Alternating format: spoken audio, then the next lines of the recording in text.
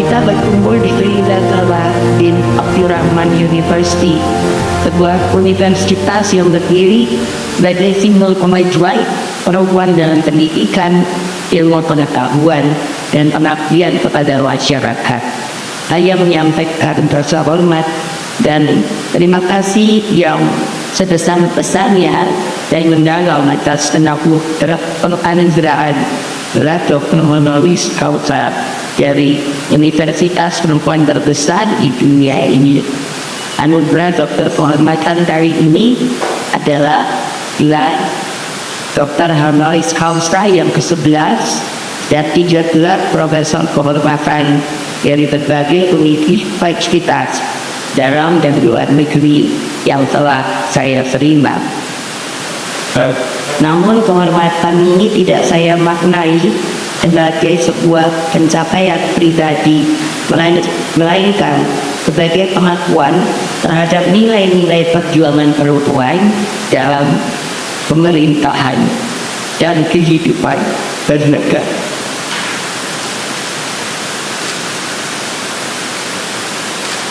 Penghargaan ini adalah pengakuan bahwa perempuan memiliki tempat yang terhormat dalam membangun negara dan peradaban.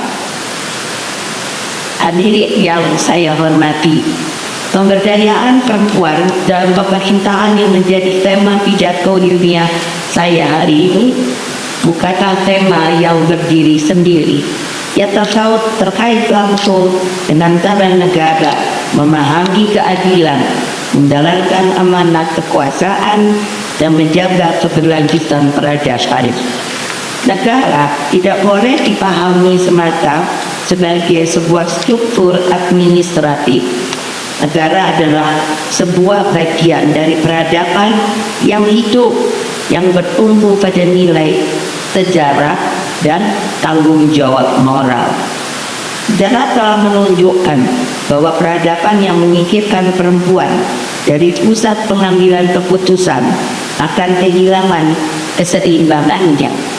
Negara yang besar adalah negara yang mampu menghibur seluruh potensi kemanusiaannya. Negara yang kuat adalah negara yang tidak membiarkan separuh dari kekuatan sosialnya berada di pinggir sejarah.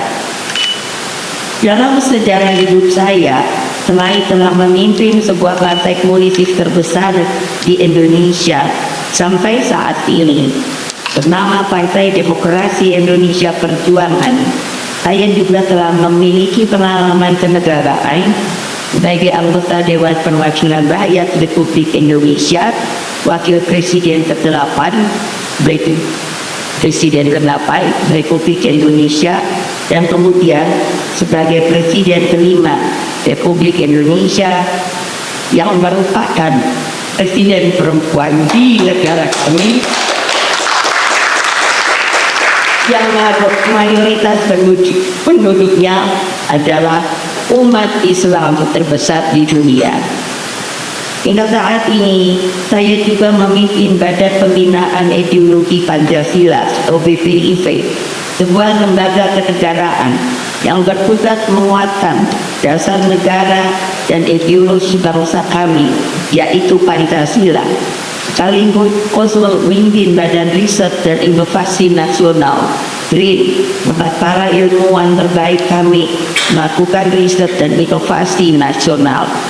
Dua lembaga kenegaraan tersebut menjadi bagian dari pemerintahan Republik Indonesia. Pengalaman kepemimpinan ini memberi saya satu pelajaran yang sangat jelas, yakni pemerintahan yang adil dan efektif tidak dapat dibangun dengan mengecualikan perempuan. Justru sebaliknya, kualitas pemerintahan sangat ditentukan oleh sejauh mana perempuan dilibatkan secara bermakna dalam pengambilan keputusan.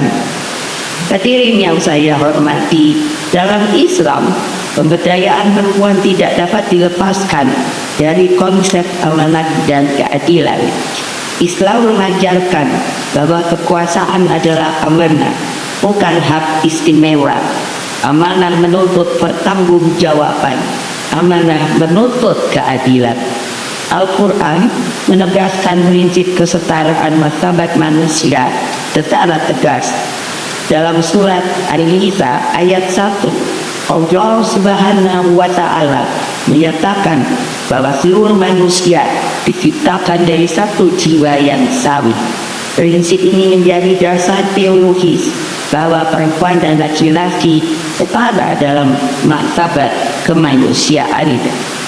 Dalam surat Al-Hujurat ayat 13 ditegaskan bahwa kemuliaan manusia tidak ditentukan oleh jenis kelamin, suku, atau kedudukan sosial, melainkan oleh ketakwaan dan tanggung jawab moralnya. Prinsip-prinsip ini tidak berhenti pada teks. Zakat Islam menunjukkan praktek yang nyata. Kita mengenal Khadijah binti Khuwailid sebagai pengusaha yang mandiri sekaligus mitra intelektual dan moral dari Nabi Muhammad Sallallahu Alaihi Wasallam. Kita mengenal Aisyah binti Abu Bakar sebagai periwayat hadis dan rujukan keilmuan yang menjadi sumber pengetahuan umat hingga hari ini. Kita mengenal Ummu Salamah yang pemikirannya didengar dalam pengambilan keputusan penting umat Islam. Kita juga mengenal Nusaybah binti Ka'ab yang menunjukkan keberanian dan keteguhan dalam menjaga komunitas muslim pada masa awal Islam. Sejarah ini menunjukkan bahwa perempuan dalam Islam tidak pernah diposisikan sebagai pihak yang harus disingkirkan dari ruang tanggung jawab publik. Justru sebaliknya, perempuan hadir sebagai penjaga nilai, penopang moral dan etika dan keadilan dan penegak peradaban. Nilai-nilai kehadapan tersebut dalam pengalaman bangsa Indonesia diajarkan oleh ideologi bangsa kami, Pancasila, yang berintikan gotong royong dan menemukan bentuknya dalam konstitusi. Pasal 27 ayat 1 Undang-Undang Dasar Negara Republik Indonesia tahun 1945 telah menegaskan dan kearifan dari para pejuang bangsa bahwa segala warga negara bersamaan kedudukannya di dalam hukum dan pemerintahan dan wajib menjunjung hukum dan pemerintahan itu tidak dengan ada kecualian. Pasal ini tidak membedakan laki dan perempuan, tua atau muda, bodoh atau tidak, miskin atau kaya. Ia adalah pernyataan konstitusional bahwa kesetaraan dalam hukum dan pemerintahan adalah prinsip dari dasar negara Pancasila, terutama sila kelima, keadilan sosial bagi seluruh rakyat Indonesia. Karena itu, keterlibatan perempuan dalam pemerintahan bukanlah kebijakan tambahan, melainkan perintah konstitusi. Sebagai sebuah contoh, bukan dia adalah putri saya. Tolong berdiri.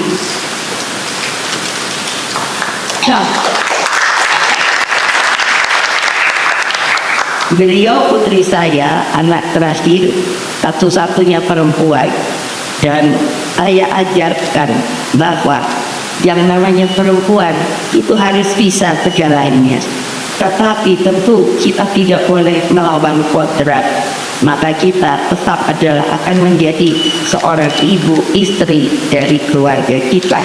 Beliau bernama Puan Maharani dan sekarang tanggung jawabnya adalah menjadi ketua DPR atau parlemen di Republik Indonesia.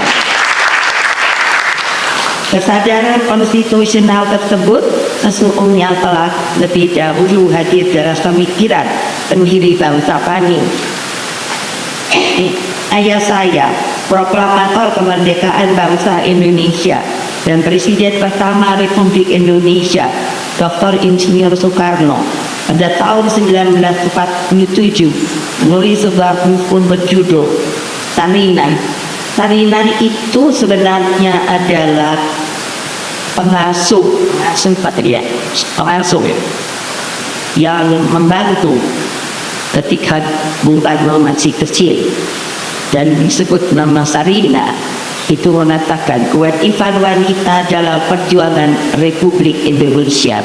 Dalam Sarina, Bung Karno menyatakan satu pernyataan yang sangat tegas dan visioner. Beliau menulis bahwa kalau perempuan adalah tiang negeri, maknanya jelas. Apabila perempuan kuat, bermartabat dan berdaya, maka negara akan tetap berdiri tegak. Sebaliknya, apabila perempuan dilemahkan dan dipinggirkan, maka negara sesungguhnya sedang mengalami merapuhkan fondasinya sendiri. Bagi Bung Karno, perempuan bukan warga kelas 2. Perempuan adalah subjek sejarah. Pembebasan perempuan adalah bagian yang tidak terpisahkan dari perjuangan kemanusiaan dan kebangsaan. Karena itu, Sarina bukan sekadar buku tentang perempuan. Ia adalah teks ideologis negara yang menegaskan bahwa kemerdekaan politik tidak akan pernah utuh tanpa kemerdekaan perempuan. Di Indonesia saja juga banyak lahir dari sejak perjuangan tokoh-tokoh pemimpin perempuan seperti Laksamana Malahayati. Dia itu bukan nama Laksamana, tetapi beliau adalah nama Indra dari Angkatan Laut yang disebut Laksamana. Namanya adalah Malahayati. Raden Ajeng Ajeng Kartini, Cut Nyatin, Dewi Sartika, dan banyak lagi.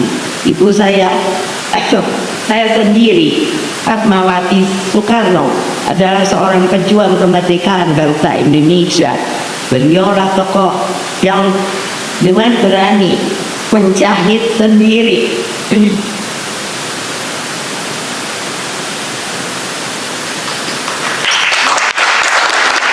bendera bangsa kami pada saat dikumandangkannya proklamasi kemerdekaan bangsa kami pada tanggal 17 Agustus 1945.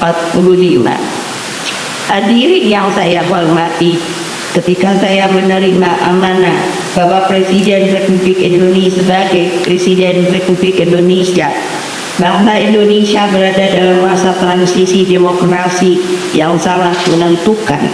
Reformasi membuka ruang kebebasan, tetapi juga menyingkap kerentanan sosial, terutama yang dialami perempuan dan anak-anak. Dalam situasi seperti itu, negara tidak boleh bersikap pasif. Alhamdulillah, saya telah diberikan kekuatan dan hidayah oleh Allah Subhanahu wa Ta'ala untuk membawa bangsa Indonesia keluar dari krisis ekonomi dan politik pada masa itu. Salah satu langkah yang telah saya torehkan dan lakukan untuk pemberdayaan kaum perempuan Indonesia adalah memperkuat komitmen hukum negara. Indonesia telah meratifikasi konvensi tentang penghapusan segala bentuk diskriminasi terhadap perempuan, Convention on the Elimination of All Forms of Discrimination Against Women melalui Undang-Undang Nomor 7 Tahun 1984.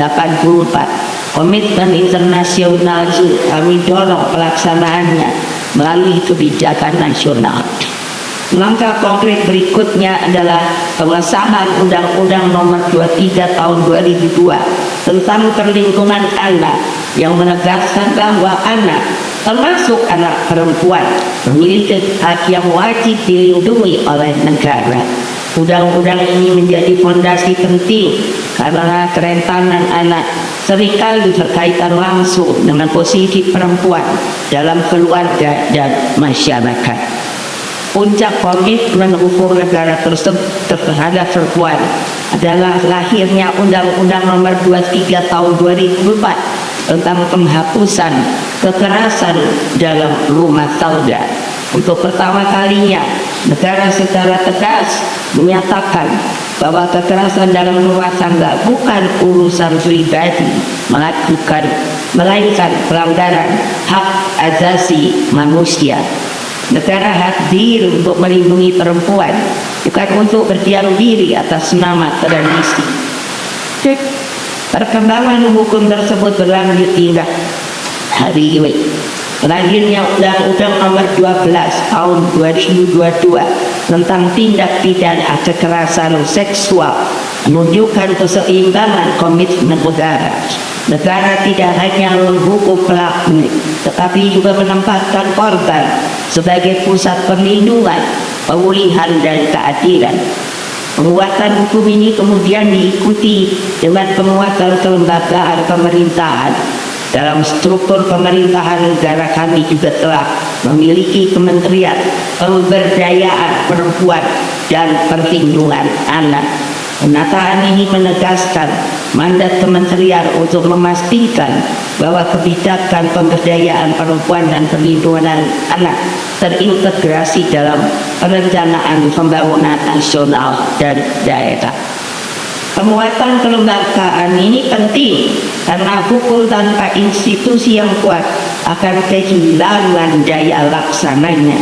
Negara membutuhkan lembaga yang mampu mengkoordinasikan kebijakan lintas sektor, mulai dari pendidikan, kesehatan, ketenaga kerjaan, hingga penegakan hukum. Dengan struktur yang lebih jelas, kebijakan pemberdayaan perempuan tidak lagi bersifat sektoral, tetapi menjadi bagian dari tata kelola pemerintahan secara menyeluruh. Seluruh kebijakan ini menunjukkan satu hal yang sama, yakni bahwa pemberdayaan perempuan dalam pemerintahan tidak hanya soal keterwakilan jabatan, tetapi keberanian negara untuk melindungi martabat perempuan dalam kehidupan nyata. Hadirin sekalian, universitas memiliki peran yang sangat-sangat strategis dalam perjuangan ini. Universitas bukan hanya pusat ilmu pengetahuan, tetapi adalah ruang pembentukan nilai dan kepemimpinan masa depan. Princess Nora bin Abdurrahman University, saya terbayangkan seperti apa Princess Nora. Beliau tentu seorang perempuan yang sangat tinggi. Keahliannya dan cara berpikirnya merupakan pikiran-pikiran yang futuristik sehingga berani membuat sebuah universitas. Berdiri sebagai bukti bahwa pendidikan adalah jalan utama pemberdayaan perempuan. Ilmu pengetahuan dan kebijakan publik harus berjalan beriringan. Pemerintahan yang kuat membutuhkan dasar intelektual yang kokoh. Ilmu pengetahuan membutuhkan keberanian politik agar dapat mengubah realitas yang terjadi di sosial keadaannya. Disinilah pertemuan antara kampus dan negara menemukan makna. Hadirin yang saya hormati dan sayang, saya menutup pidato ini dengan sebuah keyakinan bahwa pemberdayaan perempuan dalam pemerintahan bukanlah ancaman terhadap agama, budaya, atau tradisi.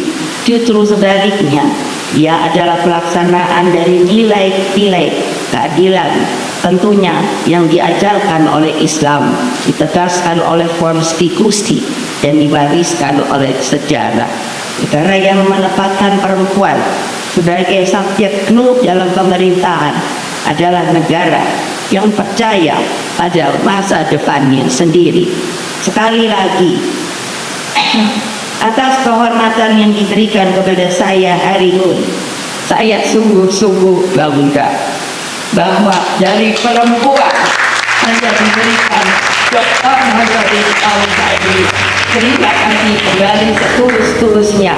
Wassalamualaikum warahmatullahi wabarakatuh.